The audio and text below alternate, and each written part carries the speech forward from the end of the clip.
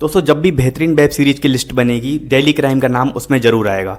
देश को अंतर्राष्ट्रीय एमी पुरस्कार दिलाने वाली पहली वेब सीरीज डेली क्राइम का तीसरा सीजन नेटफ्लिक्स पर आ चुका है। इसके लास्ट 2 सीजन्स में हमने कच्चा बनियान गैंग और निर्भया रेप केस को देखा था, जो वाकई यार बहुत ही बेहतरीन ढंग से पेश किया गया था।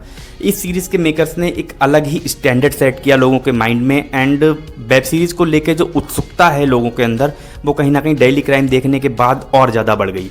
लेकिन इस बार की कहानी लड़कियों की तस्करी पर आ गई है, तो क्या इस बार भी ये सीरीज उतना ही बांध के रखने में कामयाब हुई या नहीं, आइए बात करते हैं। सीजन 3 की कहानी पिछले सीजन से ही शुरू होती है, जहां हमने देखा कि DIG Vartika Chaturvedi played by Shefali Shah north east में पोस्टेड है, जहां उनको एक टिप मिलती है कि एक ट्रक में बड़ी मात्रा में हथियार जा रहे हैं। उसका पीछा करने के बाद उस ट्रक में उनको लड़कियां मिलती हैं।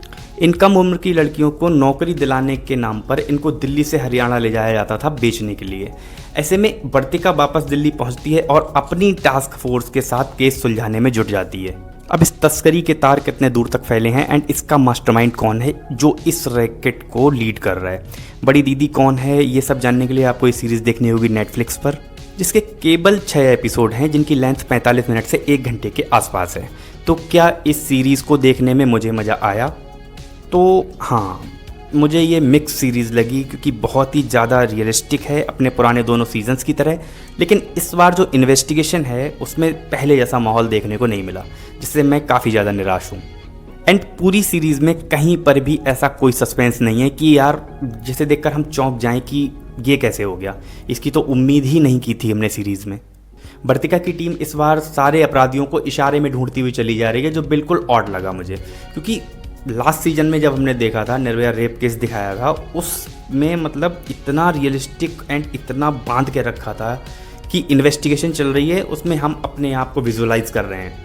तो वहाँ पर एक ऐसा एटमॉस्फेयर बन गया था कि ऑडियंस देखते देखते सीरीज़ को फील करने लगी। एंड वो क्रिमिनल्स का इतना आसानी से ना मिल पाना जो था वो उस सीरीज़ की ताकत थी। मतलब पिछले सीजन्स में क्रिमिनल्स ने पुलिस की नाक में दम कर रखा था, जो आपको यहाँ पर बिल्कुल भी देखने को नहीं मिलेगा, और यही इस सीज़न का सबसे बड़ा डिसअपॉइंटमेंट है। कुछ और चीज़ें भी हैं सीरीज़ में जो हजम नहीं होंगी, जैसे बड़ी दीदी एंड विजय, ये दोनों लोग गुजरात से मर्डर करके पुलिस पर शूट आउट करके कंटेनर में लड़कियां भरकर आसानी से मुंबई पहुंच जाते हैं। रास्ते में कोई भी चेक पोस्ट नहीं, कोई नाकाबंदी नहीं, पुलिस की जांच नहीं। मतलब ऐसा थोड़ी होता है भाई कि सारे जगह अलर्ट है, आप पुलिस को मार के भाग रहे हो, इसके बाद भी कहीं पर भी नहीं पकड़े जा रहे हो। ऑडियंस भोली है, इसका मतलब ये नहीं है कि आप उसका कहीं पर भी काट दोगे। ऐसे में हुमा कुरैशी के पति के सताए जाने की जो वजह थी, उसके पीछे क्या रीज़न था, उसका भी फ्लैशबैक इस सीरीज़ में नहीं दिखाया गया इस सीज़न में, जो बिल्कुल भी सबसे बड़ा मेजर ड्रॉप है।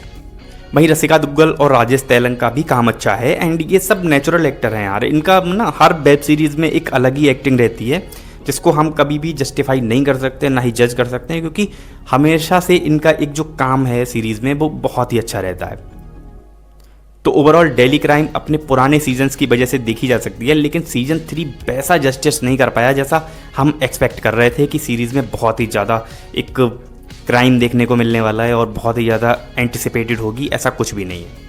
तो मेरी ओर से इस सीरीज़ को 2.5 आउट ऑफ 5 स्टार्स। बात करूँ पेरेंटल गाइडेंस की, तो कहीं पर भी हमें सीरीज़ में न्यूडिटी देखने को नहीं मिलती है। हाँ, थोड़ी बहुत गालियाँ जरूर सुनने को मिल जाती हैं, और खासकर हुमा कुरैशी के मुंह से तो हर 10 मिनट पे गालियाँ ही मिलेंगी। जहाँ पर उनकी स्क्रीन प्रेजेंस है उनके मुँह से गालियाँ ही निकल रही हैं। तो ये था मेरा रिव्यू डेली क्राइम सीजन 3 को लेकर। वीडियो पसंद आया हो तो लाइक करना और चैनल को भी सब्सक्राइब कर लेना। मैं मिलता हूँ अगले वीडियो में। बाय।